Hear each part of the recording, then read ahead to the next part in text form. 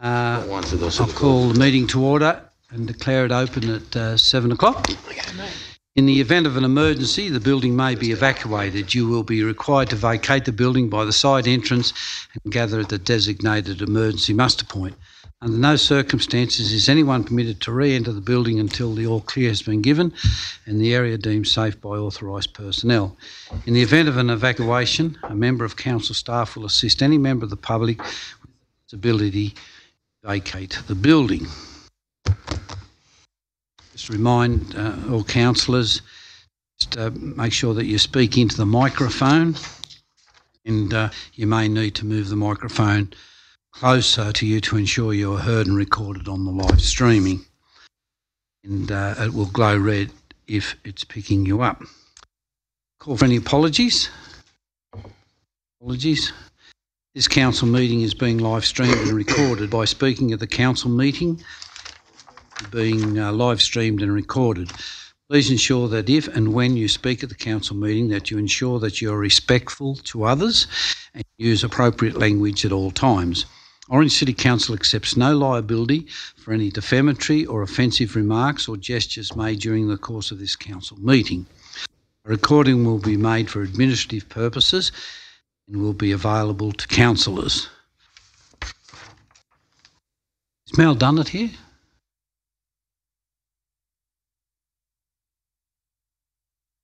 Going to do the opening prayer. Volunteers? Pastor Munro. Councillor Taylor. Before. God bless you. Right. I would like to acknowledge the Wiradjuri people who are the traditional custodians of the land. I would also like to pay respect to the elders, both past and present, of the Wiradjuri nation and extend that respect to other Aboriginal Australians who are present. Declarations of interest. Does any councillor wish to declare any conflict of interest in any matter for consideration at the council meeting?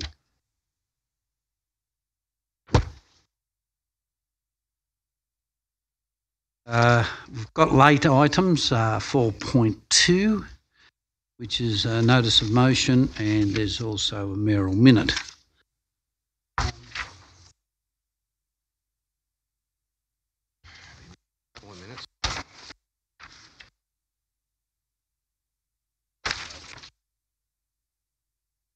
We'll move to item 0.1, which is the mayoral minute. Move it. Moved Councillor Duffy, seconder. Yeah. I'll second it. Thanks, Councillor Munro. All in favour? Aye. Against? Thank you. Yeah. We can just ask a question in relation to 2.1. Firstly, I should commend members of the joint organisation on the 13-minute meeting. I think that's probably broken records that we haven't yet set. But I did have a question in relation to the draft charter to be referred to members. Mm-hmm. So we've got the minutes, but are councillors likely, will councillors be able to access some of those papers that are coming to member organisations, like the draft charter for comment? Will that? Most definitely. We haven't got that yet, or?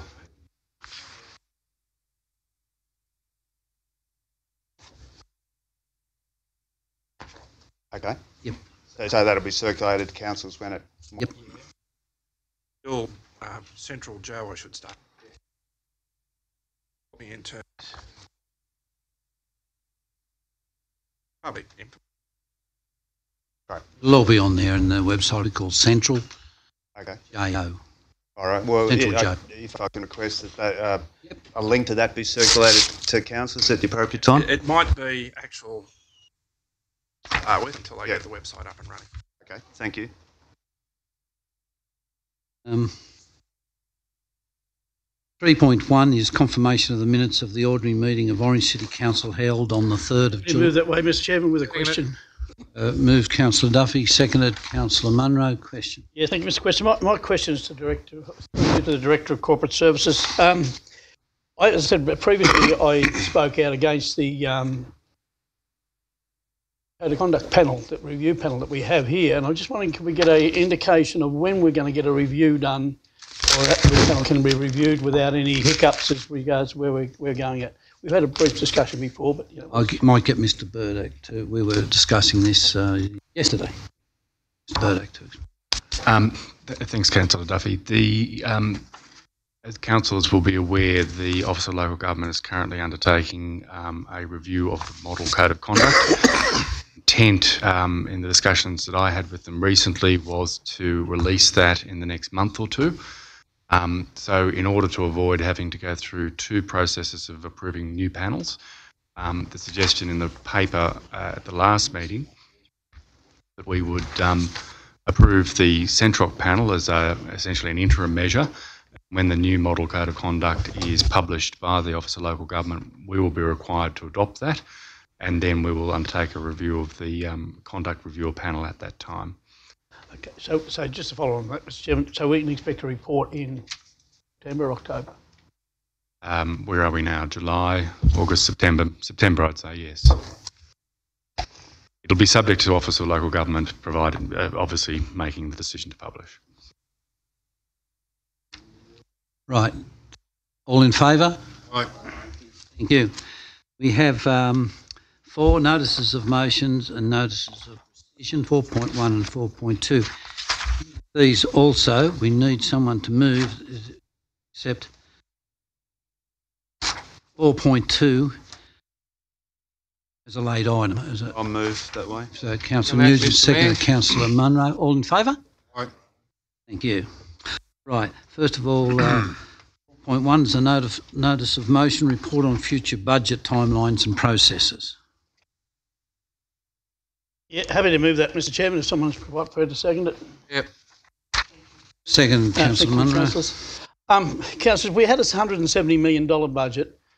I feel, and I'm pretty sure I'm pretty right, that it got lumbered on us with only a few months out from when it actually met.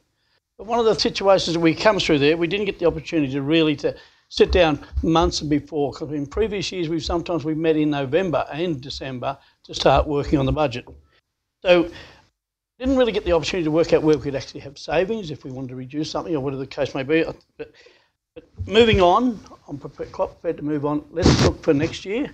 And I noticed some of the comments that we're seeing here. I disagree with some of them, but that's neither here nor there. I would like to see the budget started before Christmas if we could.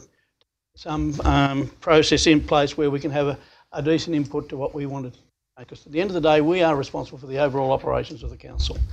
I think $170 million on the actual occasions that we had, I spoke about a number of months beforehand. I said, look, why there's a meeting going to fall on while the ALGA meetings conference is on.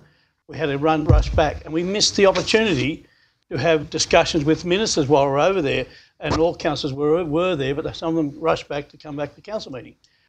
We could have solved that problem if we'd had a proper timeline worked out with those times. Those dates are set. The opportunities don't come very often. And I know Andrew G did a tremendous job in getting 2 days for us on the day and the Tuesday, which didn't work out.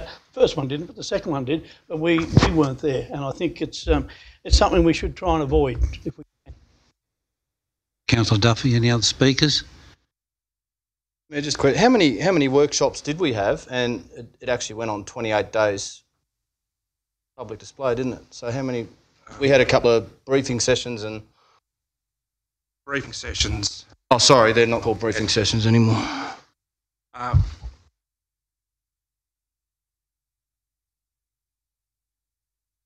Sessions we had.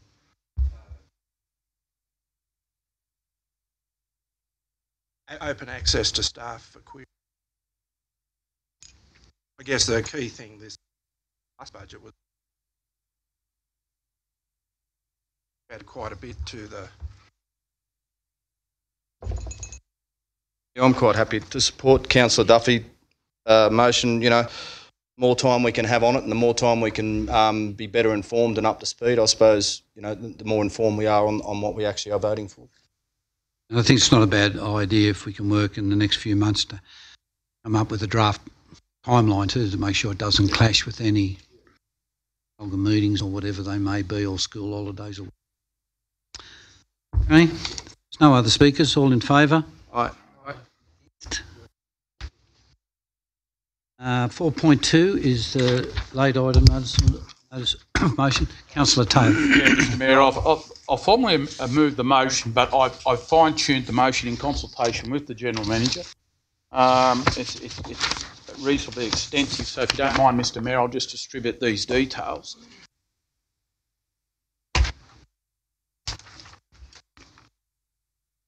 I'll second the motion, Mr Mayor. Councillor Whitten.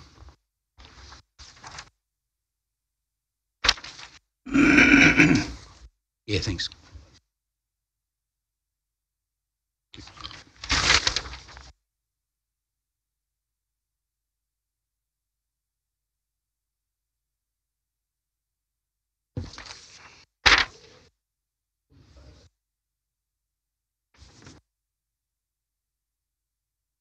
Councillor Taylor, do you want to read it out, or do you want me to read it? Yeah, I will, for the benefit of live streaming and so forth, Mr Mayor. So in essence, Mr Mayor, the motion will remain as it was originally written, is that council contribute to the establishment of a wood and heating bank, and then dot points as follow. Number one is the wood and heating bank will be based on a similar structure as support services such as the food bank. Suitable organisations manage a voucher system based on an appropriate criteria. Second dot point is council initiate the service with the purchase of $5,000 of worth of wood, which would come from obviously local contractors. The third part is council take donations of appropriate wood and financial contributions to provide the service. Where available, the next dot point is where available and suitable, surplus wood from council operations be provided to the service. The next dot point is council seek collaboration with suitable service providers and service clubs to establish and continue the service. And the last point, Mr Mayor, is that the wood and heating bank be trialled from till 2 September 2019 with a review to then be undertaken. Mr Mayor, I'll briefly just go through those points. Look, this came to my attention. Yeah, no, there was a second, Councillor Whitten. Last week when we seen that vandalism where those trees were cut down out at the Canopolis Reserve out there, and I thought about it, and I thought on the surface, and I looked at it and I thought, well, you know, why would anyone do such a thing? And then I started to think a bit more deeper about it and talked to a few people around town, and look, one of the motives could have been, it's no excuse, and certainly it is against the law what they did, but it could have been people desperate to get wood for heating. Now, that may or may not have been the case in that scenario, but that got me thinking, and particularly with the freezing conditions that we've been experiencing in recent times. So I think we went to -7 over the weekend, and I got thinking about that, and the thought of particularly children and older people who may be going cold because they can't afford appropriate heating. Now, I know this is dealing with wood, but it's also meant to deal with other types of heating, electric and gas, with cash donations that people may be able to contribute, and maybe in a portion of the contribution that I've put there, the $5,000 from council, could also go towards that. We are in a very, very cold climate. I'm telling nobody anything new there, and I just think it's a great way for the community to get behind those people who are less fortunate than themselves. Mr Mayor, I think the initial perception of this was from staff that, we'll get all the tree branches and so forth that we cut down off the trees and put in a wood bank. No, that was never the intention. When we do get appropriate wood, such as eucalypts or whatever, that must be removed, obviously that would be appreciated if that went to the wood bank. I'd like to see it established somewhere in town, which would be convenient for people. And the community donation, I perceive it as being, people have wood fires and they get a couple of tonne of wood. They might get an armload. They put it in the boot of the car and take it down to the wood bank. And I think a lot of people, and I've spoken to a lot of people, particularly over the weekend, about that, and they said, look, I've got a wood fire, I'd do that. So that really encouraged me to go ahead with this. Look, Orange is a city, I believe, that has a heart, and I think that it's okay for us who are fortunate enough to have nice warm homes and so forth, but there are people out there that are struggling, and I think with the cold temperatures that we're experiencing, cold mornings at the moment, come September or so, run their cycle units, are going to have their wood fires going full pelt and their gas heaters and so forth. And I think that they're going to be a lot of people very, very tough because those energy prices are going up, and the government seem to be playing around the edges and don't seem, of all ilks and all levels, seem to be playing around the edges and not approaching the situation seriously. Look, I've put a sunset on that as far as 2019, that is next year.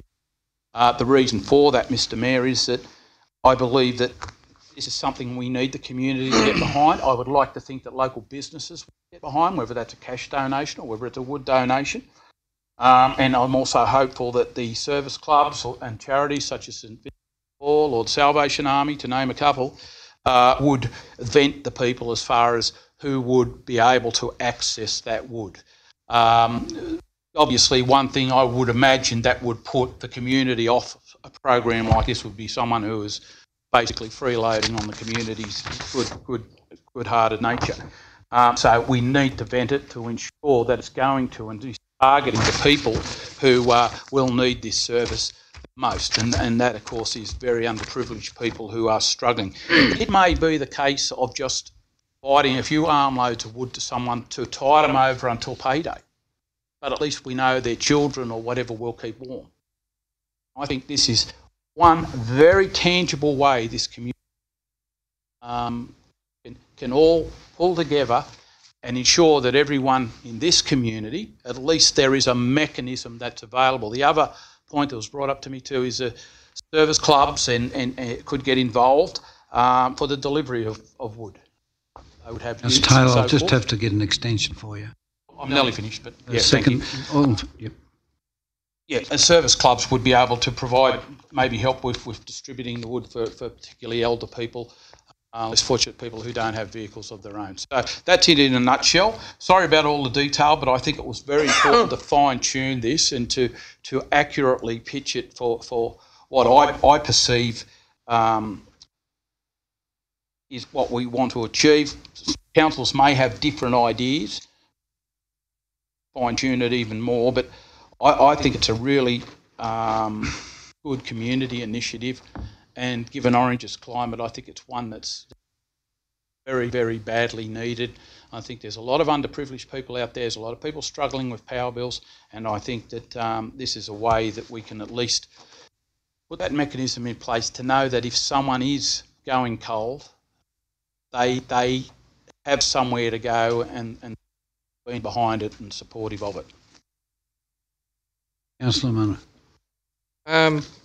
Yeah, councillors, I'd like to thank Councillor Taylor for his good-hearted comments. I think it's a wonderful idea, but it does pose a few issues. I'd like to give me a moment to explain. A lot of the report we got was, if we do a lot of green wood, there's a lot of inappropriate wood sources that we use that usually go into compost and the rest of it, which is a wonderful use of that product. But I think of the logistics, and over the last 10, 15 years, we've gone away from wood heating. Most places have got electric or gas. We've got a lower socio-economic group, might probably renting. In that case, the landlord will say what heating you have. I wonder if should look at it a little bit, because you really, with respect, I feel we're only putting a very small group of people that may still own their own home that are doing it tough, and we've got to try and help them. But they're a very small group opposed to the rentals and the other people that do need help. It's also cash. Yeah, this is what I'm saying. What I'm trying to say here is I'm not trying to pull your idea down. I'm just trying to put some constructive courageous discussing together here to actually get a better outcome. The cost of installation of a wood fire, EPA is trying to get away from smoke, unsuitable types of wood, all sorts of things, cost to the ratepayer as far as implementing it, staff, the rest of that. One of the main problems is the rising gas prices. For me, we've got a federal member, Orange, trying to get cheaper electricity prices and everything. Very admirable. I remember these are bloke that helped the state government put our gas prices up 17.5%. So we've got to get fair income. We want to help people. Go to the people that help people, such as Mr. Paul, people like that do give vouchers to people that need to help with their electricity and gas prices.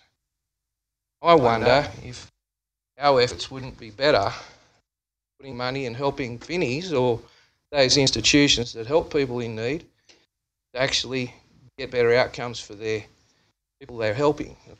Come to them. They're at the coalface of the people that are doing it tough. The council could be in any way helpful to Vinnies to be able to implement vouchers for heating and cooling and all those sorts of things, and the elderly that really are doing it tough. Maybe a rate, for those people that are doing it tough, maybe a rate cut or something. We can do it. We're a big enough town, we're an economic town to look after the people that really need to be looked after. I think, Glenn Taylor, you've done a great job to bring this up. It does start discussion on how we can help the lower socio-economic people. I just think there's other ways. Fires are one thing. We have problems with asthma, all those health issues that smoke create. We are a country town and it's lovely to sit in front of a fire, but practically fires, the installation of them, the rentals that people have, that if they have to rent, landlord doesn't want fires. There's a lot of why only really this proposal is only helping a small group of people. We've got to be here for the whole of the community, and if they don't have a wood fire, how are we going to help them then? All right, Councillor Maletta. Thanks, Councillor Munro. I agree in principle with the motion from Councillor Taylor, but whilst our intentions are admirable, I do have some concerns with regards to the implementation regarding liability and other issues. I obviously see that Councillor Taylor is genuinely trying to help those people who are in the most need. I guess I've got a question to the Director. The Director could please advise me what, if any, are going to be the legal consequences for providing this type of service. My concerns relate to liability issues, and if we don't manage the disposal of the wood to these sites and control that, where does that leave us liable? Because I'm assuming that human nature, there'll be people who are trying to dump wood which may be contaminated, etc. If that wood's dumped, and I'm talking about treated pine trees which you can't burn, sleepers, things like that, which are all against the EPA. If people are dumping them off to, say, a site which we support, where does that leave council's position as far as liability is concerned? So that's my first question, if you could answer that question. Yeah, certainly.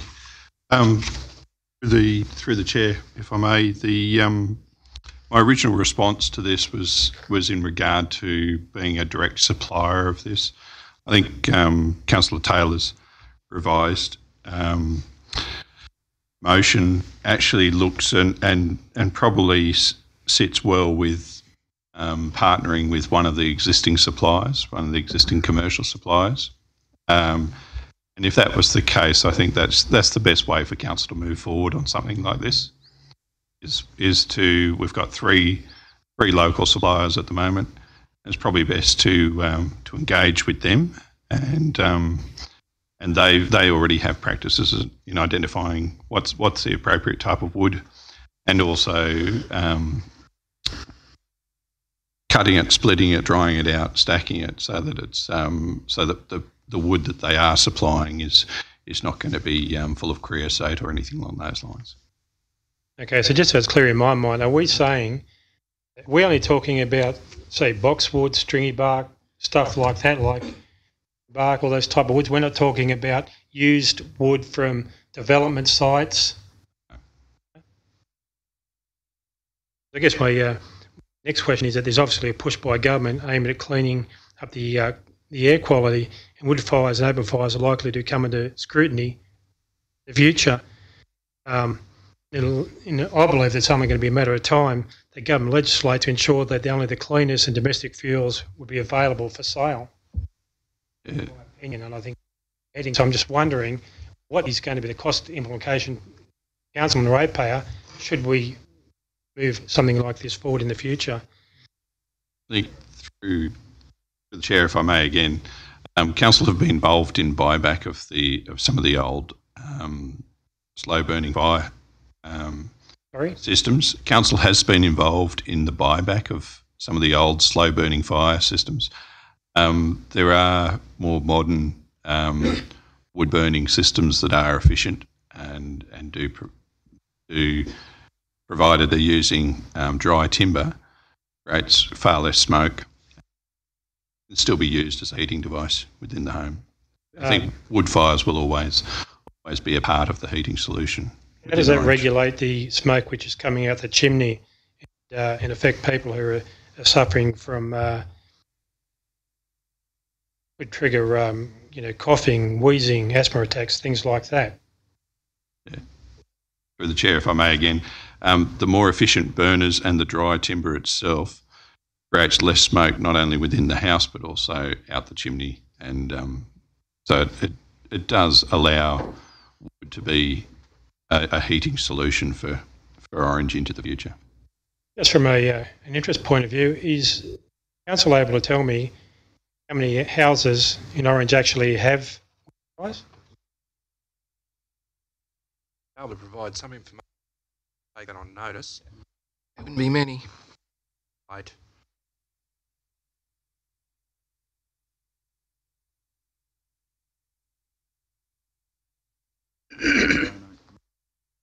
Like I said, I agree in principle with what Councillor Taylor's trying to do, but my major concern is the implication regarding liability and around liability. If council is going to be the driver behind this project. Thank you. Thanks, Mr. Mayor. Look, I think the idea that Councillor Taylor's put forward does have some merit. I do have concerns about linking it to the vandalism up at the Pinnacle, because I don't think we should be in any way excusing that behaviour. I think just as Councillor Taylor said, there's no excuse for what happened up there. We need to look at this issue on its own merits, not as a response to what happened up there at the Pinnacle. That's my belief. In terms of, and I suppose picking up on what Councillor Leto was saying, there are other agencies out there in the community who are currently are available and supporting people on low incomes who may be suffering stress as a result of heating bills. I'm sure there's a service already out there. I quite like the idea of if there is surplus wood that is suitable for burning, that may be out there somewhere in the community that we don't currently know about, or there's landholders in the surrounding area district who might be happy to donate wood. I think that sounds like a good idea. In terms of what Councillor Munro was saying about it only being available for a limited portion of the community, I don't see why someone renting who has a wood heater would necessarily not be able to access this service. I think they would. So, yeah, well, I would have a concern with the idea if this proposal would encourage more people to install wood heaters. Certainly, although modern efficient wood heaters are much better in terms of pollution than they have been in the past. I don't necessarily see this as encouraging people to install wood heaters, more about those people who do have wood heaters being able to access good quality wood to use in those wood heaters. So I suppose I'm just a little bit sort of concerned in terms of all of the dot points there and the detail in them. In some respects, it sounds like we're contributing to the establishment of a service. In other respects, it sounds like we're actually taking the lead and maybe picking up on the liability issue. We're actually establishing the service ourselves. So I don't have a problem with us maybe working with other agencies who might wish to establish this, or with if there's one of the wood suppliers who wants to sort of set up some sort of service.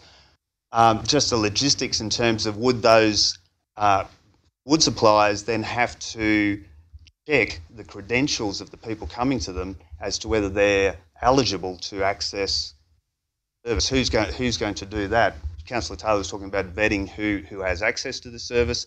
Just concerned about the agencies, but then the agency communicating with the wood supplier. I think there's some logistical issues there that we'd need to work through. So I think the idea has merit. Maybe a little bit late for this winter, but and I think it's worth exploring. But I do have some concerns about the logistics of how it would work on a day-to-day basis. Councillor Nugent, Councillor. Thanks, Mr. Mayor. While I think Councillor Taylor, it is a great idea and it's rather altruistic, but I just can't see how it's going to be managed. You and I regularly up at the Waste Resource Recovery Centre dropping down green waste, and all the times I'm up there is very little wood that goes up onto the green waste tip that is suitable for firewood. Most of it is not eucalypt or hardwood. It's mostly, what do we call it? The Exotics. Ornamentals. No, the introduced species, basically, which and 99% of them are still very, very green. They've only been cut down that day. There's very little wood that goes up there, even when council drops the wood up there. Very little wood that's suitable, I would believe, for firewood. Initially, I was going to say, if it went out to the recovery centre, who was going to manage it? Where was it going to go? Would have to be staff to make sure those that weren't deserving didn't knock off all the good wood. Who was going to manage who took how much, etc., etc. So it'd have to be staff by council staff. I know up at where the green waste is, there's no staff up there. The only time staff go up is to push the green waste in with a loader, or to load some soil if someone has purchased some. So if it's just up there for the taking, the wrong people are going to get it. The director then mentioned that maybe one of the existing wood suppliers might be able to manage it. But from my knowledge, and I buy wood off an existing wood supplier, it is all cut and split before they get it. Most of them are small one-man bands, so when they're delivering wood, their yard is unmanned. So the gate would either be locked or would be able to be knocked off again, and I'm sure the gate is locked because they buy it all cut and split. They haven't got the machinery there to cut the wood. They certainly, I don't believe they're in business. They wouldn't be interested in cutting up green timber and splitting it so that it may be ready in 6 months, because as you would know, Mr. Mayor, a decent log that's just cut takes 2 or 3 years, and that is acknowledged here in the notes. So it's got to be split. So it may be ready for next season. an existing wood supplier who is in a very competitive business is not going to be interested in doing that and storing and working all that out. So whilst it sounds a great idea, I don't believe that it could possibly work. It's going to be unmanageable as far as the right people getting it, the right people getting the right wood, and who is going to manage it if it's not going to be staffed out at the Resource Recovery Centre by council staff. I don't believe that one of the commercial suppliers of wood would be interested in taking on something that's, I believe, is unmanageable. And I think, Councillor Mr. Mayor, I think it's a good idea, but I've heard most councillors speak on this tonight, and it's sort of going off track. If we look at the first point that Councillor Taylor has put up, and that is that the wood and heating bank be based on a similar structure to support services such as a food bank. Now, I take that as a pile of wood that council contributes $5,000 towards, and we might have to subsidise some people who can't afford to buy it from the supplier.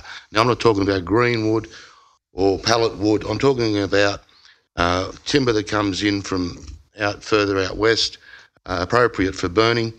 I think it'd be a great idea, and we can do it if council approves of it. I think that during the cold period that we could set up a small area at the Resource Recovery Centre and have a council staff member there collecting vouchers for people that can't afford to buy it directly from the wood supplier. But we're paying. I'm not saying that the wood providers are going to lose out. What I'm saying is that we as a council should look at subsidising some people who have got wood fires and can't afford to buy a trailer of wood. So I support this, but I think it's getting out of hand with green timber and types of fireplaces and everything else that's coming in. It's basically like a food bank. People can't afford to go and buy groceries, so they'll go and get a voucher and they'll get it cheaper. I mean, surely we can do that for 3 or 4 months of the year. I don't think it's unreasonable, and I think there's far too much being thrown into this. It's really simple. Let's get a pile of wood. Let's buy some timber from appropriate suppliers. They're not going to lose out because they're going to sell it to us at their normal cost. And I think council should subsidise the people who are really doing it tough. Councillor McRae. I don't think we have enough information to be able to make an informed decision on the motion. I have questions regarding insurance, security. If we have a wood store in town somewhere, what's going to prevent any fire bugs? We know we have a few around town who like setting things on fire. How are we going to actually then cost what that might be? I'd like to see a plan that has details of costs and the benefits, perhaps an identified range of locations that would be suitable. I'd like to see, and Councillor Taylor's acknowledged that it's a community initiative, I'd like to see the commitment from the various service clubs or organisations who are going to be providing the service. And I'd also be interested in whether there are other councillors with a similar project or a similar model. This is not a situation that is unique to Orange in terms of the affordability of heating in a cold climate. So I'd be interested in what are the alternatives that other councils are using. And I think while it's a detailed set of points here, I don't think it provides me with the surety to be able to make an informed decision tonight regarding the proposal. If I may, you can go after me, Councillor Duffy. No, sit down. As long as I get a crack after. I'll use my prerogative, sit down. I support the concept, and I think, but it just needs some finding. I rang St Vincent de Paul this afternoon, a chap I know quite with it, and asked about how, and I think some people would have heard on the news today about 2,000 people use St Vinny's. I don't know about Salvation Army, about 2,000 people in Orange use St Vincent's, and I think it was about $200,000 in various forms went out to our community in the last year. And a reasonable proportion of that is on a voucher system, is for heating, subsidised heating if you get your electricity bill or gas bill for your heating. he wasn't quite sure, but I said, well, what about, can you have a voucher system wood? And he saw no problems with that. He wasn't quite sure whether they'd add that, so I can't answer that question. So I think if there was a system and it was operated through, say, Vinnie's and Salvation Army, it's in Orange, say that's how they vet it, that's how they put out vouchers, whether that's for clothing or whether it's for food or whether it's to help with the electricity bill or whether it's to help for a medical bill or whatever it may be. Experiencing what to do, I don't think we should be stockpiling wood in any shape or form. I think that's, can't do it. I'm only too happy. I mean, if you want wood, I mean, it was interesting listening to everyone. It is getting off track. You don't burn all eucalypts or gums are no good in fires. If you're fishing, the only good eucalypt to burn is boxwood. And I'd certainly donate white or yellow box because I've got a lot of it. But I think if it was a system set up through Vinnie's and Salvation Army on a voucher system and they're operating it, they're the appropriate persons because they're known and what they do, and whether we can and we can support those organisations, which we already do. It's worth a go. Councillor Duffy, then you, Councillor Wynne. Thank you, Mr Chair. I've waited 6 years to support Councillor Taylor on the resolution. My first question is to... Get a photo of him on his seat. You've lost. Yeah, I'm gone. Mr Chairman, do we have the staff qualified? I know with use of chainsaws you have to have a level 1, level 2, level 3 certificate. I've got a level 2. I think probably other people in the room. What? Well, do we have staff qualified to cut chainsaws with use of chainsaws? Absolutely. We have trained arborists. That's a huge big step. Those people are involved in wood, and as you know, Mr Mayor, if you're going to burn firewood, it's going to be white box, yellow box, red box or gum or stringy bark, whatever it is. You're not going to go near any other little light stuff at all because it's going to go like a rocket. But in saying that, there's organisations, as Councillor Taylor said, like Vinnie's, and I know my cousin operates or manages the Vinnie's in another LGA, and I've got good mates in this town. They won't mind me naming themselves, Mick Downey, Tony Ford. We all know these fellas here. And they genuinely go out on their own time, as do a hell of a lot of other people with volunteers and support people. I can't see anything wrong with a big bank of wood sitting up wherever you want to put it. Let those organisations help it out and those type of things. Because I can tell you something, our energy rates have gone up 60% in the last 18 months, 60%. Now, if you'd looked at the last elected election when you went around, I went into a couple of homes and here's a couple of old couples sitting with blankets over the top of them because they couldn't afford to turn their switches on.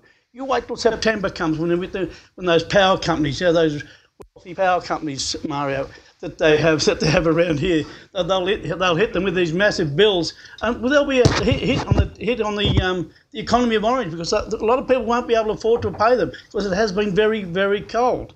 I think it's a fantastic opportunity, but I think let's not make such a big thing out of it. Let's get in there, get it done, make a pile somewhere, and let the organisations such as Vincent de Paul or Salvation Army, let them control who they get it to. People might only want one load for one night to get them through till the weekend till their pay comes through. Let's just do it and support it. Councillor Witt. Mr Mayor, look, I think Councillor Taylor has addressed most of the concerns in his motion. He is saying that the distribution of the wood will be done through reputable organisations who understand what is allowed to be sold. It's not only wood, it's also gas and electricity. So he also mentioned that whatever we decide on tonight, the policy should be that we go through reputable organisations, know those people in the community who are in need. They will manage the outcomes of whether it's an electrical power bill that needs to be paid, whether it's gas. Because at the end of the day, I suppose we are the leaders of this community, and we have brothers and sisters in this community who now need us to make a decision. They've always been there for us. They vote for us in times when we need to be voted in as councillors. And it's about us recognising and about the concept of what Councillor Taylor has raised here. put aside all the mechanics of it, there are people in the community that need our assistance. And they're not about it. They are elderly who have worked all their lives, lived in Orange, contributed to this city, and now because of renewables, idea of renewables, we're in the country by the way, is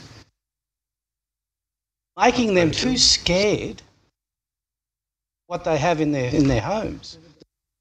They have gas, they have electricity, but they're too scared to use it because they don't know what the outcome of their bill is going to be. And we're hearing about that in the media every day. And if you look at all of the charitable organisations who for years, their main area of assistance was food and getting homeless off the street, their cash reserves have been exhausted in helping families pay their energy bills. They don't know what they're going to do, right? So I think this small gesture, it's a big gesture, but it's a small gesture in the scheme of things, is that we as council are going to put a policy or a scheme in place to look after those in our community.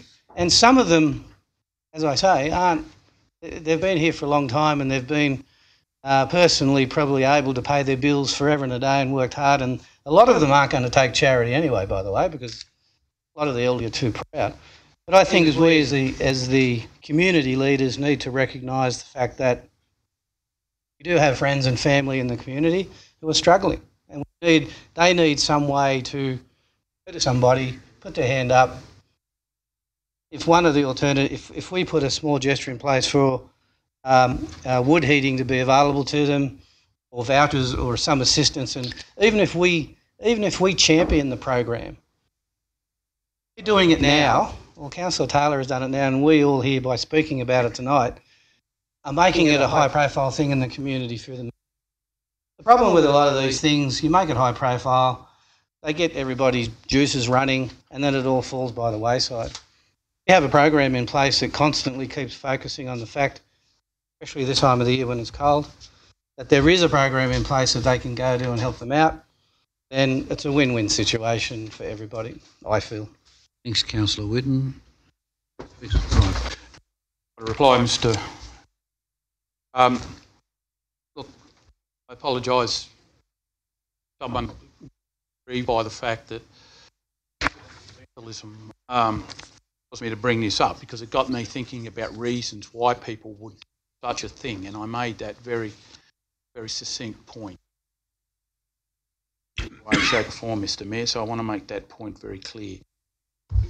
Not about heating, and it is about the wood factor part of it from accredited suppliers. I made the point earlier, people might get a delivery of a couple of tonne of wood and then say, well, look, I might make a contribution to the wood and heating bank with an arm load in the boot of the car. It come from a qualified supplier. Talking about the merits of wood heating and against it doesn't help anyone who's struggling. If you're in a rented property and it's got a wood heater, guess what? You've got no choice. You've got no alternatives. You have to burn wood. And if you've got no money to buy wood, you go cold. Since I've raised this, I've heard so many stories that are happening in our. One yesterday, the gentleman told me of a young lady he knows, and she's got a little 2-year-old daughter, and the only way they can keep warm at the moment is get in bed, basically when she comes home from work, and stay in bed together and keep warm. Now that's a true story, that's a fact. They're the people I'm pitching this at. It's not about people and the merits. It's all right for people who are doing it well in life and relaxed and comfortable to say, well, you know, get a more efficient wood heater. Can't afford the heating in the first place, so they're not going to go out and buy a new efficient. They're going to have to make do with what's there. But they need something to put in it. That's what I'm saying. Councillor Duffy hit the nail on the head. It might be a case of someone getting a couple of arm loads to tide them over to payday. But look, I don't want to get tied up with wood. Suggestion. That's why I fine-tuned it and put those amendments in there and those changes in there. There's no suggestion of people taking their cuttings to a yard and saying burn them.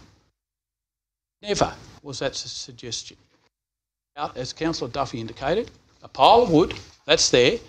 Let's get the service clubs in place, them on board. They can vet the people who are in genuine need, and there are a lot of them. And I know most people around these tables are pretty relaxed and comfortable, struggling, a lot of us. It's all right for us to sit on high and preach about renewables, preach about efficiencies and so forth in heating.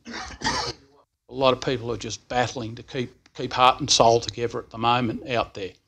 And like I say, the bill shock in this city, because people are turning heaters on, older people aren't a game. They're not game to turn on heating. So all I'm saying is, with this initiative, don't preach the merits of wood heating and oppose it or whatever you want to do, except the fact that there are people out there that are going very, very cold.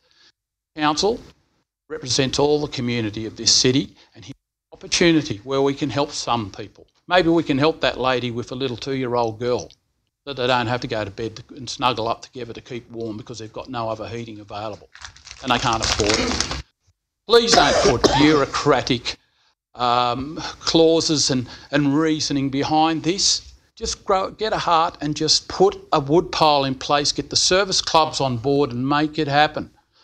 Nothing annoys me more when people get good, tangible ideas where that can be initiated and get the community on board, and then people stand up and say, oh no, well, what if this happened and that happened, a scenario of this, and the liabilities and so forth. That's why the country's the way it is now. We don't do anything anymore. We don't grab the bull by the horns and do things.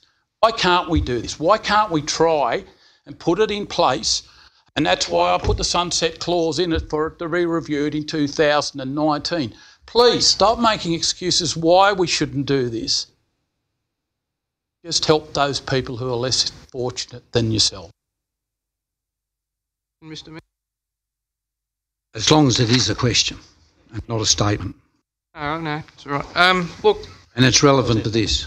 Look, as I said at the beginning, I feel what you're trying to do is heartfelt. And that's not a question. The question is, should we not, an issue, should we not leave this to another meeting, get some more information and have a better, more cohesive understanding of the Point of order, Mr. Chairman. What can be done? I'll answer that. Look, I think the concept of what Councillor Taylor's put forward is quite clear. The operational side of it and actually how it works, in conjunction with the staff, contacting service clubs, Vinnies, come back anyway, etc., and so forth, and we'll all know how it's going to operate. Okay, I will put it to the vote. All in favour? And 6, 7, 8. Against? Motion is carried. Thank you. Item 5, general reports. First of all is 5.1 are the recommendations and resolutions from the policy committees.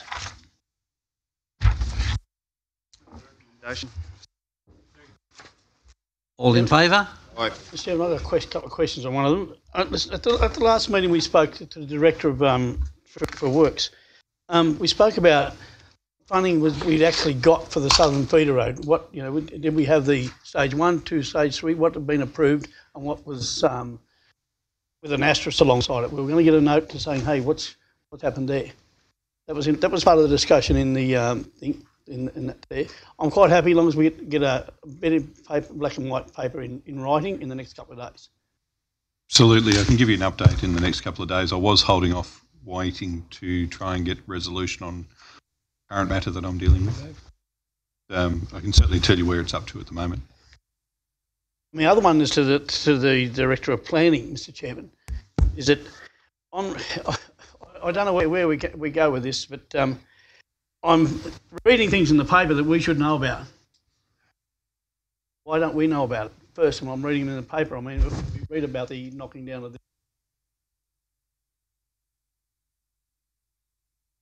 The other one is that I saw a photo of a restaurant that's going to go up there, Sir Lunch-A-Lot restaurant, and the new complex up at the old hospital site. You know, we're reading about these things in here in the paper. Councillor Duffy, what did you call it?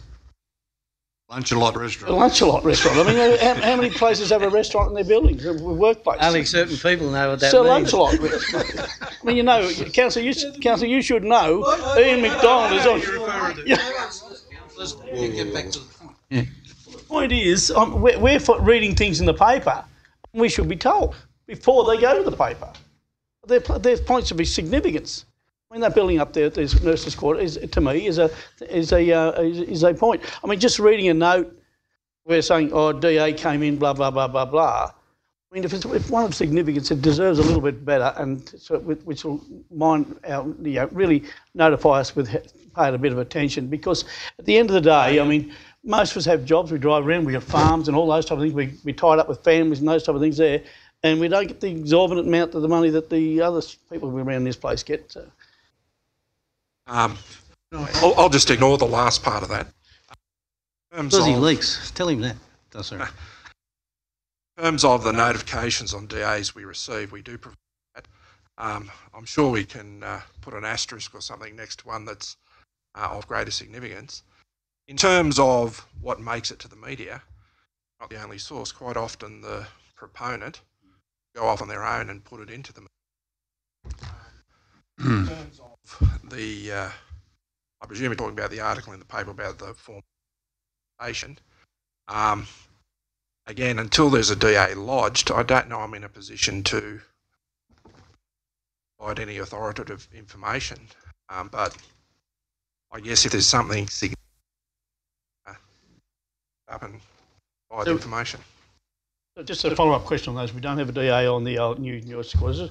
Do we have a DA yet on the old hospital site? We don't on the second one, and I'd refer to... The Monday morning, before it went to the newspaper, I sent an email out highlighting the Caldwell House demolition. The paper then picked that up. There is no DA for the DPI move yet to the old hospital site. What was the other one about Lunch-A-Lot? Sorry, did you... It was Lunch-A-Lot. I'm pretty sure I did. I'll resend it. I do try to pull out the... I've only got 2 seconds, but I'm happy it's to our director who's not here, and we get some. Well, it's going to be a bit hard for him to answer.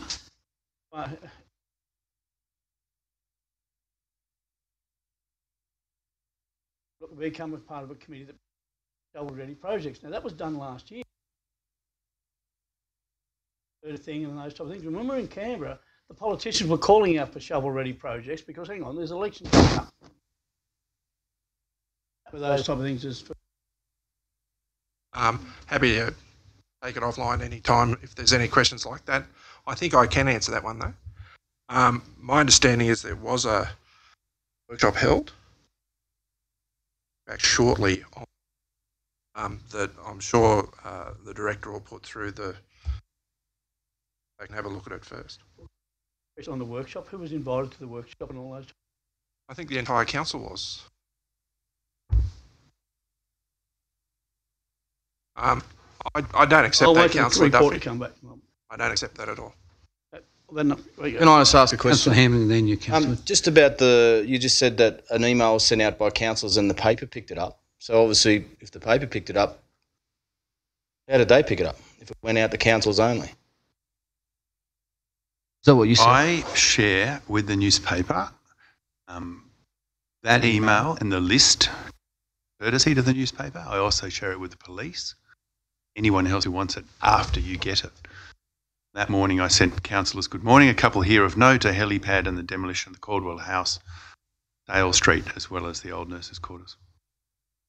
But I share that with the paper.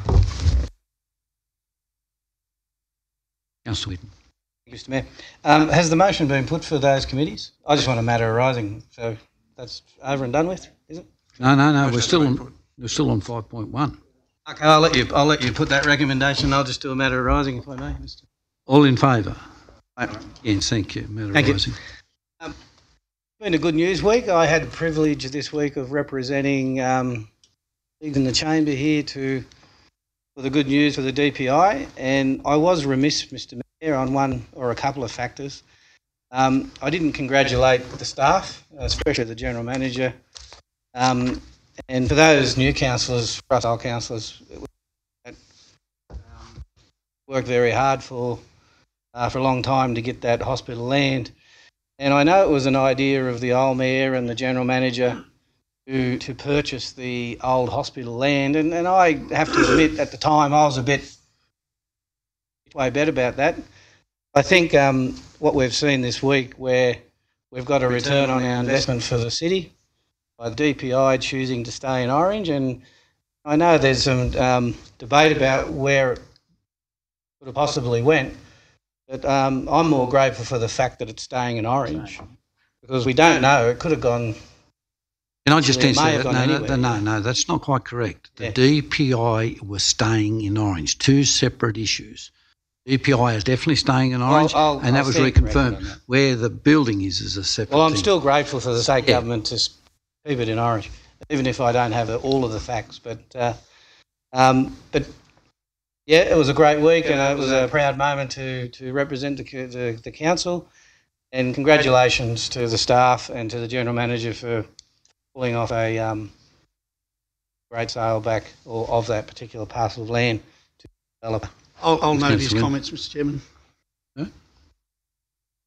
Right, we'll move on to 5 points. Maybe, maybe Councillor Duffy forgot to get that memo as well about the hospital land. Right, we'll move on to 5.2 as an update on the outstanding resolutions of council, including questions taken on notice and notices of motion. Move the recommendation. Second it, Mr Mayor. All in favour? Aye. Thank you. 5.3 is delivery operational plan follow-up. I'll move this one. Second. All in favour?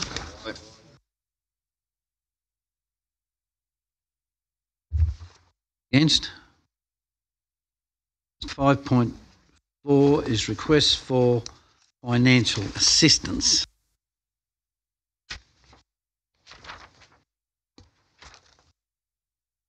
Look, if I may, I've just got a couple of things I'd like to raise in here. Answer for me. One, well, there's three in particular. One is the 8-day games, which I think is moving into its 40th year. Support for that. No, just asked a question. If I'm wrong, they can answer the question for me. Other one, I'd just like to, I can't find in there, and it's probably in there, and I haven't had a close enough look, is the Come Together Choir. Together Choir. 8-day game. Come Together Choir, I think it was 1,000, 1,500. Last year they forgot to fill the form in and tie. The Come Together Choir is that voluntary choir that gets around Orange and goes around to nursing homes and puts on a Christmas dinner up at the Conservatorium of Music at the end of the year and provides food and song for a number of people. And the third one, and it may be in here too, I've been away as you know, is that Ginger Festival, or the Redheads, raising awareness of their... Pass a resolution. I'll support. Passed a resolution on that one already, haven't we? Well, I don't know. I'm allowed to ask questions. I'm asking questions. I can provide an answer. Yeah, thank you. So in item 5.3, which has been approved by the council, three requests were proposed for consideration of the council, which was the Orange and District Softball Association portable toilet, Orange 8-day games, which you have mentioned, Walk for Hope 2018 and Hunt for Redhead. Those three recommendations put back to the council. Council approved that under 5.3. Under 5.4, there's a request for assistance for the Tent of Hope. The Come Together Choir was not part of the recommendation. Came through 5.3. I'd like to move that we have a crack at bringing that one back on. Very worthy cause and a group of people that work on a voluntary basis and provide support and entertainment for people around nursing homes and do an excellent job. And it was only through, because they're mostly fairly elderly, they forgot to fill the form in last year. I'll take that on notice, and I'll. Mayor, my understanding with the Come Together Choir, they requested 3,000 and we approved 1,500. Is that correct? That's in the report. Yep. That's correct. So they did receive 1,500 for the purchase of chairs. I apologise. It's in 5.3. Right, thanks. 53. Very good. Done well. This is a question too, Mr Chairman. On that, previous years, councillors have been given $2,000 to give community voice. That's still on again now? I know I gave some of mine to the Come Together Choir and to which took over from the rest centre. Gave some money for those. So is that in the budget? Well, perhaps how about putting a question that I can, whether we can consider that again. I thought that was quite good. Is there any council? I asked that before when the budget was on. Yeah. So how about we asked again that they have a bit of a look? We're talking about. Take that on notice. We should do it. Reddit. No, this is, the $2,000. No, the 2,000. Oh, yeah. I had? Yep. Just asking, can they have a look at that again, that comes back into play if there is money involved? Yep. Okay? Yep. Now, with the Red thing, which is for Huntington's disease, that's what it's for. Is that being covered while I was away? I know. 5.3 as well. Right. So we're at 5.4 where we've got all those ones that have been raised, except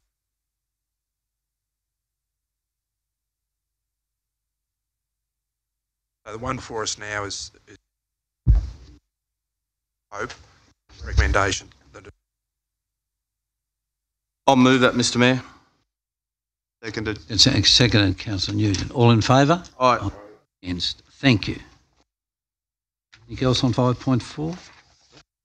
5.5 is the Joint Regional Planning Panel. The recommendation. Second it, Mr Mayor. All in favour? Aye. Against. Thank you. Then we have